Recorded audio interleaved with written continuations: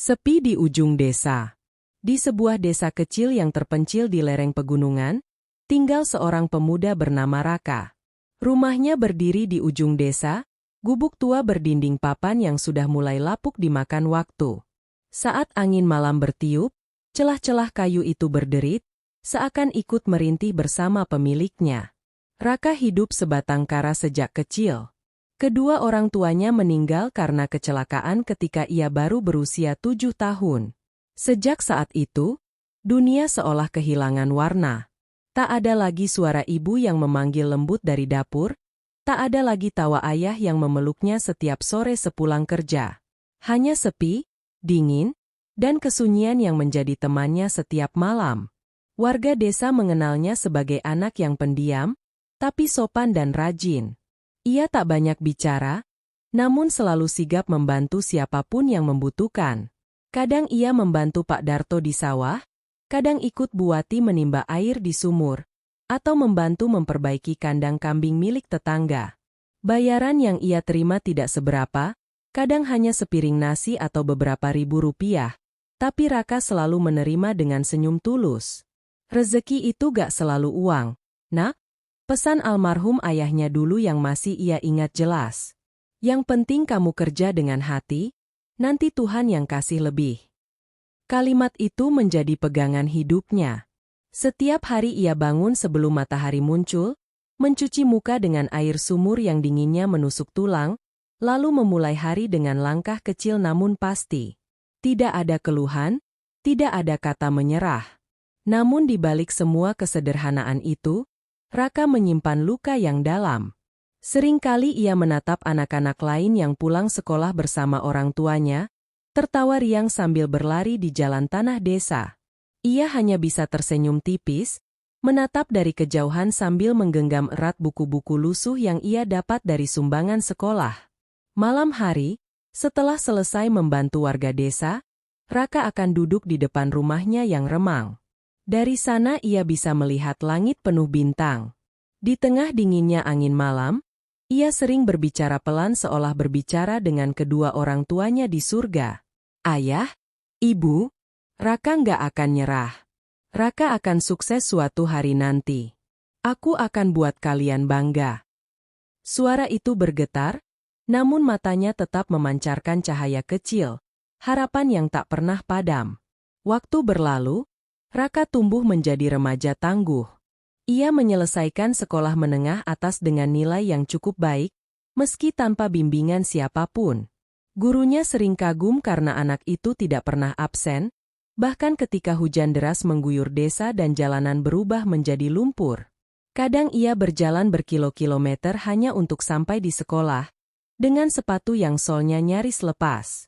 Suatu hari, setelah upacara kelulusan, kepala sekolah memanggilnya ke ruang guru. Raka, kamu anak pintar. Kamu harus kuliah, ujar sang kepala sekolah dengan nada bangga. Raka tersenyum tipis. Saya juga ingin begitu, Pak. Tapi, saya tidak punya uang. Kepala sekolah menatapnya iba, lalu menepuk bahunya pelan. Kalau kamu benar-benar niat, dunia akan membuka jalan. Jangan berhenti bermimpi. Ucapan itu tertanam kuat di hati Raka. Malam itu, ia kembali menatap langit, kali ini lebih lama dari biasanya. Ia tahu hidupnya tidak akan berubah jika ia hanya diam di desa. Ia tahu ia harus melangkah, meski tidak tahu akan kemana dan bagaimana. Suatu hari nanti, aku akan hidup lebih baik, bisiknya pelan di bawah cahaya bulan. Aku harus bisa. Keesokan harinya, dengan hanya membawa tas lusuh berisi beberapa potong pakaian dan buku catatan, Raka meninggalkan desanya. Tidak ada yang mengantar.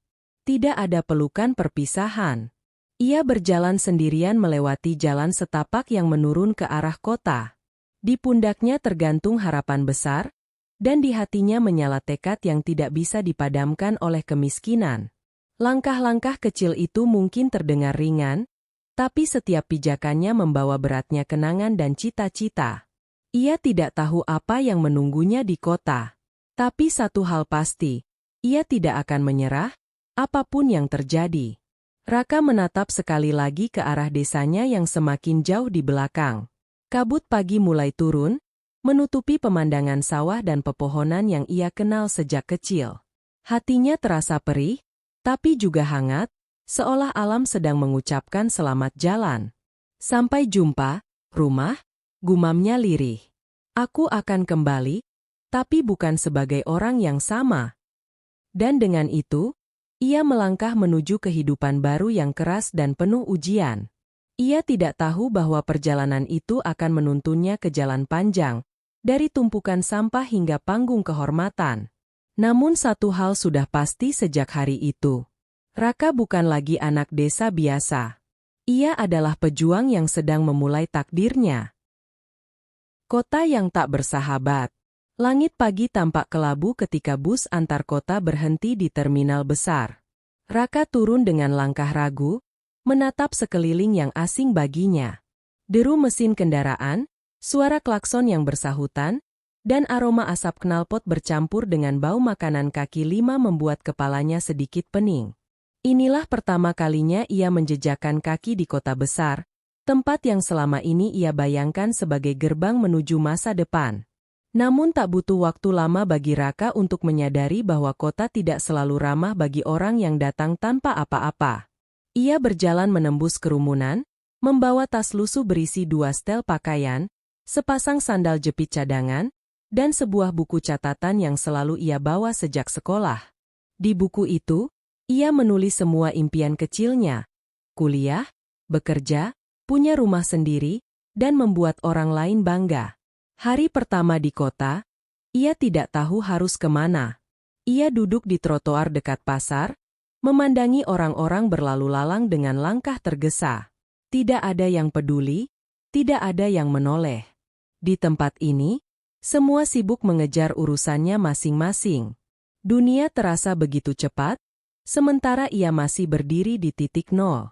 Malam datang dengan cepat. Raka belum makan sejak pagi. Uang di sakunya hanya cukup untuk membeli sepotong roti basi dan air mineral. Ia berjalan tanpa arah, hingga akhirnya menemukan kolong jembatan di pinggir sungai kecil. Ada beberapa orang yang juga tidur di sana, wajah-wajah letih yang mungkin juga datang ke kota dengan mimpi yang sama, mencari kehidupan yang lebih baik. Baru pertama ke sini, ya? Tanya seorang pria tua dengan rambut kusut dan pakaian kotor. Iya, Pak. Jawab Raka pelan. Kalau mau bertahan, besok ikut aja mulung sama saya. Lumayan buat makan. Itulah awal pertemuan Raka dengan Pak Hasan, seorang pemulung yang sudah bertahun-tahun hidup di jalanan. Dari lelaki tua itu, Raka belajar banyak hal, cara memilah botol plastik, mencari kardus, hingga menjualnya ke pengepul. Setiap pagi mereka berdua berkeliling gang, mengumpulkan barang bekas dari tong sampah dan tempat pembuangan sementara. Bau busuk sudah tak lagi mengganggunya setelah beberapa hari. Tangan Raka mulai kapalan, kulitnya menghitam, tapi hatinya tetap terang. Setiap recehan hasil mulung disimpannya rapat-rapat di dalam kaleng bekas biskuit Hongguan yang ia temukan di tempat sampah. Kaleng itu ia jadikan semacam tabungan masa depan, tempat ia menyimpan harapan kecil yang terus tumbuh dari hari ke hari.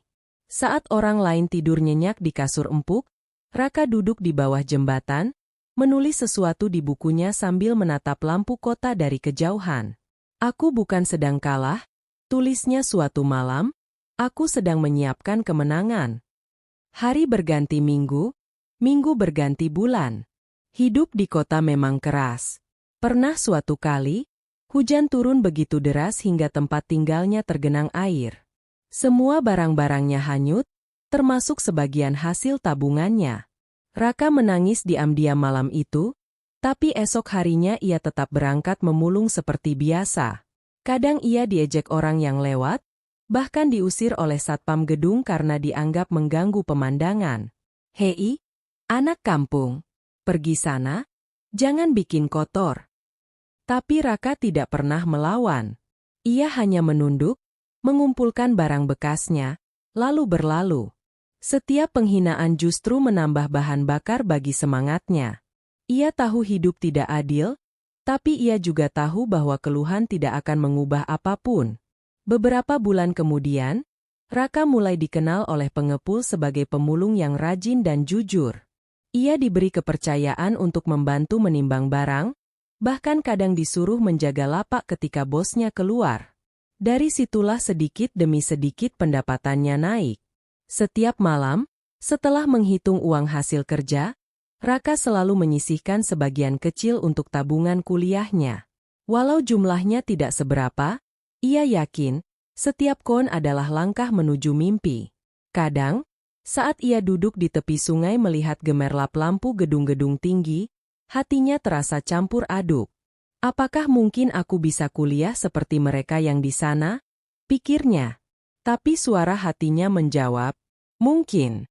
Asal kamu tidak berhenti berjuang. Musim terus berganti. Tahun pertama di kota menjadi tahun terberat dalam hidup Raka, tapi juga tahun yang menempa jiwanya. Ia belajar arti sabar, arti bekerja keras, dan arti bertahan hidup tanpa kehilangan kemanusiaan. Suatu hari, ketika sedang mengumpulkan kardus di belakang kampus besar, Raka melihat sekelompok mahasiswa keluar dari kelas dengan pakaian rapi dan tas mewah. Mereka tertawa, bercanda, dan tampak tanpa beban.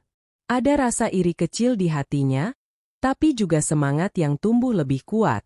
Suatu hari nanti, aku juga akan jalan keluar dari kampus itu. Tapi bukan sebagai pemulung, melainkan sebagai mahasiswa. Kalimat itu menjadi janji yang ia tanam dalam hatinya.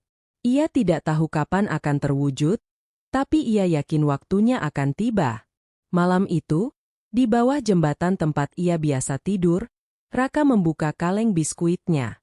Di dalamnya kini sudah ada cukup uang untuk makan berminggu-minggu, tapi ia tidak tergoda. Ia hanya menatap uang itu sambil tersenyum kecil. Ini langkah pertama menuju masa depan, gumamnya pelan. Dan di tengah bisingnya kota yang tak bersahabat, di antara dentuman kendaraan dan cahaya lampu yang tak pernah padam, seorang pemuda bernama Raka terus bertahan, mengubah sampah menjadi harapan, dan derita menjadi kekuatan. Ia tidak tahu, perjalanan panjangnya baru saja dimulai. Langkah di kampus impian. Pagi itu, matahari terasa berbeda bagi Raka. Setelah bertahun-tahun bekerja sebagai pemulung, akhirnya ia berdiri di depan gerbang Universitas Negeri Mandala, kampus yang dulu hanya ia pandangi dari kejauhan sambil membawa karung berisi kardus. Sekarang, di tangannya bukan lagi karung, melainkan tas kecil berisi buku-buku bekas yang ia beli dari loakan. Udara pagi terasa segar, tapi dada Raka berdebar hebat. Ia masih sulit percaya bahwa semua jerih payahnya selama ini benar-benar membawanya sampai ke sini. Setiap koin yang dulu ia kumpulkan di kaleng biskuit, setiap malam yang ia habiskan tanpa tidur, kini menjelma menjadi langkah di kampus impiannya. Namun kenyataan tidak seindah mimpi. Dunia kampus yang tampak megah dari luar ternyata penuh lapisan sosial yang tidak mudah ditembus. Hari pertama kuliah, Raka datang mengenakan kemeja lusuh dan sepatu bekas yang sudah bolong di bagian depan. Sementara teman-teman sekelasnya datang dengan pakaian rapi, tas baru, dan aroma parfum mahal. Saat ia masuk ruang kelas, beberapa mahasiswa menatapnya dari ujung kepala sampai kaki. Ada yang berbisik, ada yang menahan tawa. Lihat tuh, mahasiswa baru atau tukang bersih-bersih. Ngapain maksa kuliah kalau gak punya uang? Kata-kata itu menusuk seperti duri, tapi Raka tetap menunduk. Ia duduk di pojok belakang, membuka buku catatannya, dan berusaha fokus pada dosen yang sedang berbicara di depan kelas. Ia tahu, marah tidak akan membuktikan apa-apa. Satu-satunya cara untuk membungkam mereka adalah berhasil. Setiap hari, setelah kuliah selesai, Raka bekerja sambilan. Ia menjadi penjaga parkir di malam hari, kadang juga membantu di warung makan kecil dekat kampus. Upahnya tidak besar, tapi cukup untuk makan seadanya dan membayar kos murah di pinggir kota. Kamar sempit berdinding tripleks, dengan ranjang kecil dan satu kipas angin tua yang berisik. Malam-malamnya dihabiskan dengan belajar. Ia sering tertidur di atas meja, dengan buku terbuka di hadapan dan lampu redup yang hampir padam. Saat teman-temannya nongkrong di kafe, Raka justru menghitung setiap rupiah yang ia miliki agar cukup untuk ongkos dan fotokopi bahan kuliah. Pernah suatu malam, saat ia sedang mengerjakan tugas di warung tempatnya bekerja, dua mahasiswa datang, salah satunya teman sekelasnya sendiri. Itu kan Raka? Seriusan kerja di sini? Wah, pantes aja bajunya kayak gitu. Tawa mereka terdengar keras, tapi Raka hanya tersenyum tipis. Iya, kerja di sini. Lumayan buat bayar kuliah, jawabnya tenang. Setelah mereka pergi, pemilik warung, seorang ibu parubaya, mendekatinya. Nak, sabar ya. Orang-orang seperti kamu ini jarang, tapi kelak mereka akan tahu siapa yang sungguh berjuang. Raka mengangguk pelan. Kata-kata itu menjadi penguat dalam setiap malam panjangnya. Meski hidupnya berat, Raka tak pernah melewatkan kelas.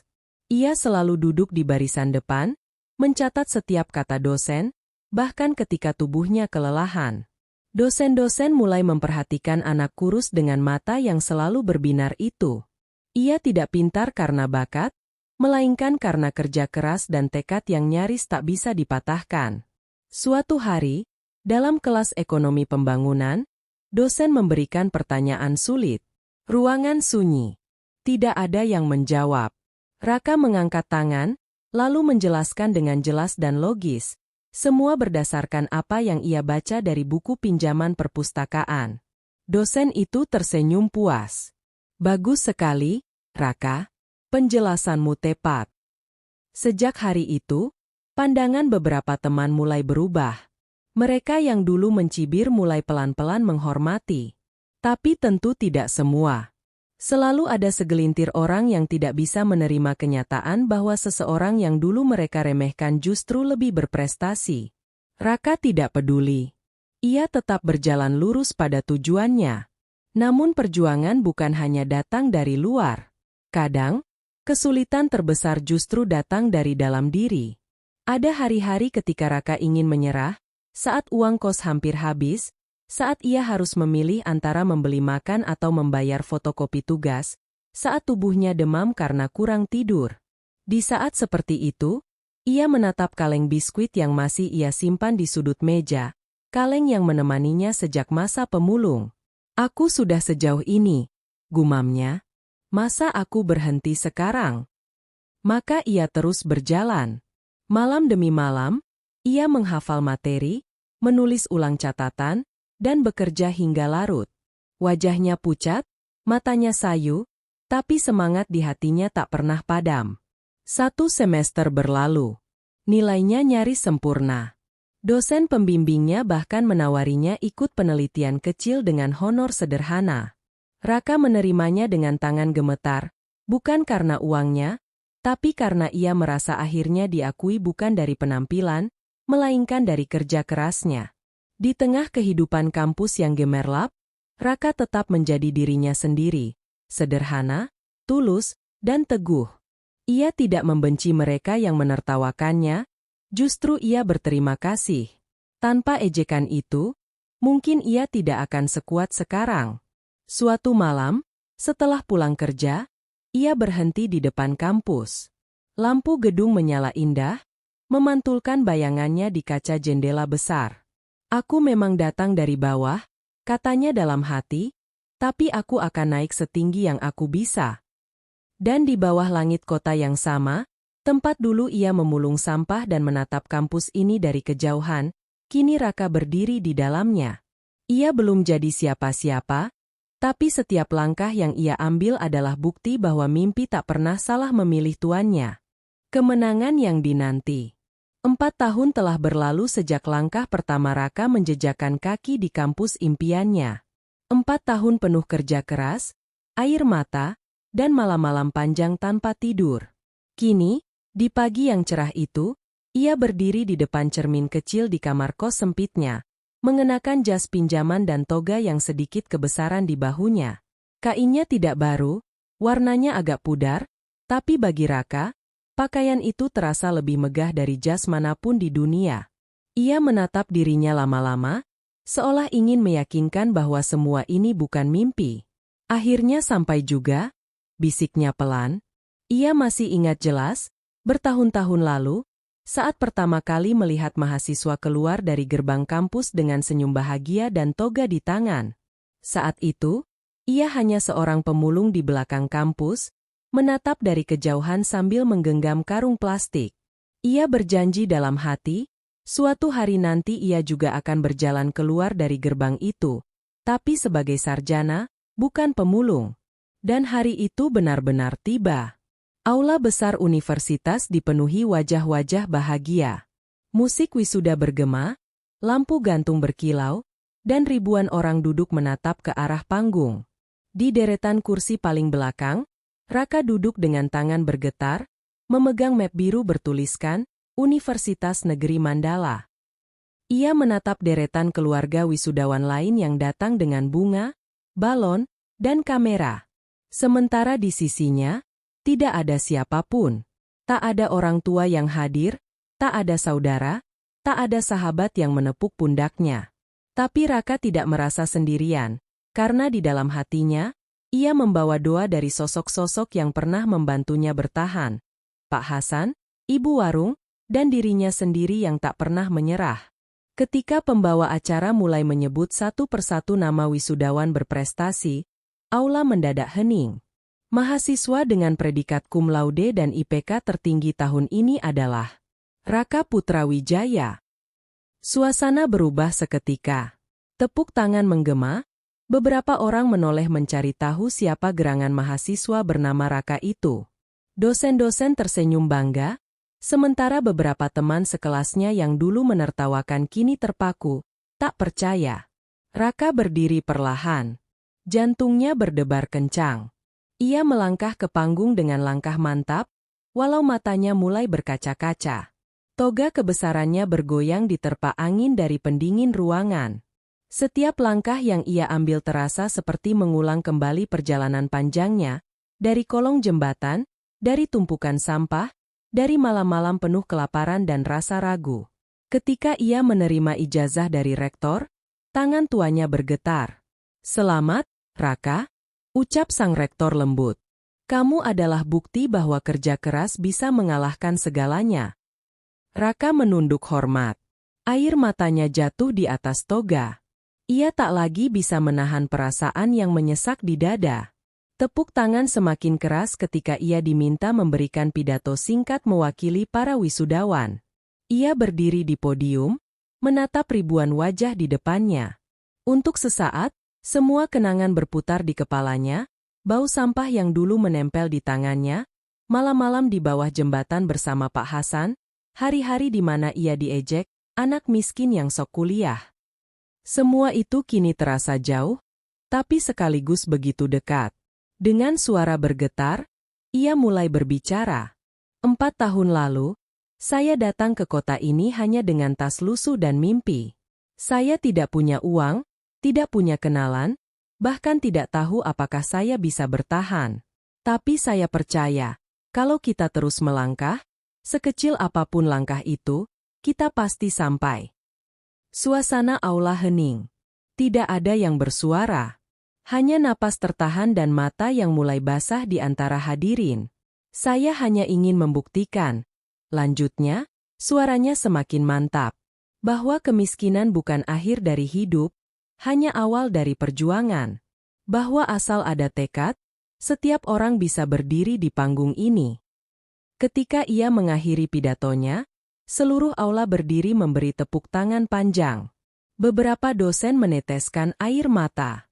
Di barisan paling belakang, seorang pria tua dengan pakaian sederhana, Pak Hasan, berdiri dengan bangga. Ia datang diam-diam tanpa memberitahu. Wajahnya menua, rambutnya memutih, tapi matanya berbinar. Setelah acara usai, Raka turun dari panggung dan melihat Pak Hasan di dekat pintu keluar. Mereka saling menatap tanpa kata. Raka segera berlari dan memeluknya erat. "Terima kasih, Pak. Kalau bukan karena Bapak, saya nggak akan sampai sejauh ini." "Ah, kamu yang hebat, Nak," jawab Pak Hasan sambil menepuk bahunya. "Saya cuma bantu sedikit. Kamu yang benar-benar berjuang." Raka tertawa kecil di antara air mata. Di tangan kanannya, ia masih menggenggam map ijazah. Di tangan kirinya, genggaman hangat dari orang pertama yang mengajarinya arti bertahan hidup. Malamnya, setelah semua orang pulang, Raka kembali berdiri di depan gerbang kampus. Angin sore berhembus pelan, membawa aroma hujan dari kejauhan. Ia menatap langit kota, langit yang dulu terasa dingin dan asing, kini terasa akrab dan penuh janji. Aku sudah menepati janjiku, gumamnya. Tapi ini bukan akhir. Ini baru permulaan. Ia menatap jauh ke depan. Di benaknya, sudah ada mimpi baru. Membantu anak-anak jalanan agar bisa sekolah, seperti dirinya dulu. Ia ingin membuktikan bahwa kesuksesan sejati bukan hanya soal berdiri di panggung, tapi juga soal mengulurkan tangan kepada mereka yang masih berjuang. Dan di tengah cahaya lampu kota yang berkelap-kelip, di antara suara kendaraan yang tak pernah berhenti, Raka Putra Wijaya melangkah meninggalkan kampusnya, bukan lagi sebagai pemulung, bukan hanya sebagai sarjana, tapi sebagai simbol harapan bagi siapapun yang pernah merasa kecil di dunia yang keras. Karena bagi Raka, kemenangan sejati bukan ketika semua orang bertepuk tangan, melainkan ketika seseorang yang dulu tak punya apa-apa akhirnya bisa tersenyum sambil berkata, "Aku berhasil, dengan caraku sendiri." Dari pemulung jadi pengusaha. Beberapa tahun telah berlalu sejak hari wisuda yang penuh haru itu. Raka kini bukan lagi pemuda dengan pakaian lusuh dan sandal bolong. Ia sudah menjadi seorang pria dewasa yang menatap dunia dengan keyakinan dan kebijaksanaan yang lahir dari luka masa lalu. Namun, satu hal tidak pernah berubah, kerendahan hatinya. Setelah lulus kuliah dengan predikat terbaik, Raka sempat bekerja di sebuah perusahaan besar yang bergerak di bidang lingkungan. Dari sana, ia belajar banyak tentang manajemen, bisnis, dan sistem industri modern. Tapi jauh di dalam hatinya, ada keinginan yang lebih besar daripada sekadar bekerja untuk orang lain. "Aku ingin membangun sesuatu yang bukan cuma untuk diriku," katanya suatu malam pada dirinya sendiri, "tapi juga untuk orang-orang yang dulu hidup sepertiku." Maka dengan tabungan seadanya, Raka memutuskan berhenti dari pekerjaannya dan membuka usaha kecil-kecilan di pinggiran kota, usaha pengelolaan limbah dan daur ulang. Ia mulai dari nol, seperti dulu saat pertama kali memungut sampah di jalan. Bedanya, kini ia tahu persis bagaimana mengubah sampah menjadi sesuatu yang bernilai.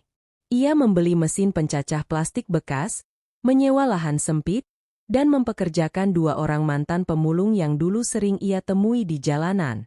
Awalnya, orang-orang menertawakannya. "Sarjana kok kerjaan ngurusin sampah lagi? Lulusan terbaik malah buka bisnis bau begituan."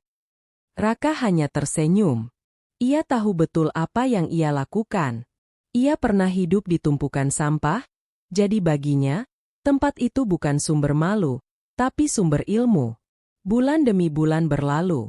Sedikit demi sedikit, usahanya mulai berkembang. Ia menemukan cara baru untuk mengelola limbah plastik agar bisa dijual ke pabrik dengan harga lebih tinggi. Ia bekerja siang malam, terkadang hanya tidur 2 jam sehari. Kantornya hanya sebuah kontainer bekas di tepi jalan, tapi dari situlah lahir ide-ide besar. Suatu hari, ia mendapatkan kontrak kerja dari sebuah perusahaan besar untuk mengelola limbah mereka secara profesional. Itulah titik balik pertama. Dari situ, nama Raka Recycle Indonesia mulai dikenal. Usahanya berkembang pesat, dari skala kecil menjadi perusahaan besar dengan ratusan karyawan dan cabang di berbagai kota. Namun yang paling membanggakan bagi Raka bukanlah omset miliaran rupiah atau mobil mewah yang kini bisa ia beli, melainkan kesempatan yang bisa ia berikan kepada orang lain. Sebagian besar karyawannya adalah anak-anak jalanan, pemulung, dan yatim piatu yang dulu mengalami nasib sama seperti dirinya. Raka membangun program pendidikan gratis di lingkungan perusahaannya. Ia memberi mereka gaji layak, asrama sederhana, bahkan membiayai beberapa di antaranya untuk kuliah. "Kamu semua bukan pekerja biasa," ujarnya suatu kali dalam rapat mingguan. "Kalian adalah keluarga, dan keluarga ini lahir dari perjuangan." Dulu aku mengais rezeki dari sampah. Sekarang kita bersama-sama mengubah sampah menjadi berkah. Kalimat itu menjadi semboyan di perusahaannya, tertulis besar di dinding kantor pusat. Suatu hari, Raka diundang menjadi pembicara dalam sebuah seminar nasional kewirausahaan. Aula megah dipenuhi mahasiswa, pengusaha, dan pejabat. Ketika namanya disebut, banyak yang bertepuk tangan. Mereka mengenalnya sebagai pengusaha muda sukses yang ramah dan dermawan, tapi sedikit yang tahu betapa panjang dan keras jalan yang sudah ia tempuh. Dengan tenang, Raka berdiri di podium dan berkata, "Saya tidak lahir dari keluarga kaya. Saya tidak punya warisan, tidak punya koneksi, bahkan tidak punya rumah dulu. Tapi saya punya satu hal yang tidak bisa dicuri siapapun, tekad untuk terus melangkah." Ia berhenti sejenak, menatap ratusan pasang mata di hadapannya. "Dulu saya mengais rezeki dari sampah. Kini saya mengubah sampah menjadi berkah, bukan hanya untuk saya, tapi untuk banyak orang yang dulu tidak punya harapan. Karena saya percaya, di tangan yang mau bekerja keras, bahkan sampah pun bisa menjadi emas." Tepuk tangan bergemuruh memenuhi ruangan. Beberapa mahasiswa yang duduk di barisan depan tertegun, sebagian di antara mereka bahkan mengenalnya dulu sebagai anak jalanan yang sering berkeliaran di sekitar kampus. Kini, ia berdiri di atas panggung sebagai inspirasi hidup mereka. Malam itu, setelah acara usai, Raka berjalan sendirian ke balkon hotel tempatnya menginap.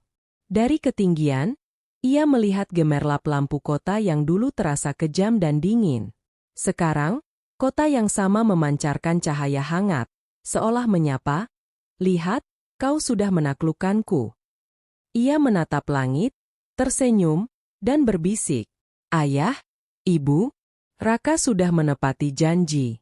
Aku sudah hidup lebih baik." Angin malam berhembus lembut, membawa perasaan damai yang tak bisa dijelaskan dengan kata-kata. Kini Raka tidak hanya dikenal sebagai pengusaha sukses, tapi juga sebagai sosok yang dermawan, inspiratif, dan sederhana. Ia tidak pernah melupakan akar hidupnya, karena dari sanalah semua kekuatannya lahir. Dan begitulah, pemuda desa yatim piatu itu menutup kisah panjang perjuangannya, bukan dengan kesedihan, melainkan dengan cahaya keberhasilan yang menerangi banyak hati. Dari sampah menjadi sarjana, dari sarjana menjadi pengusaha, dan dari pengusaha menjadi penerang bagi banyak jiwa yang masih berjuang dalam gelap.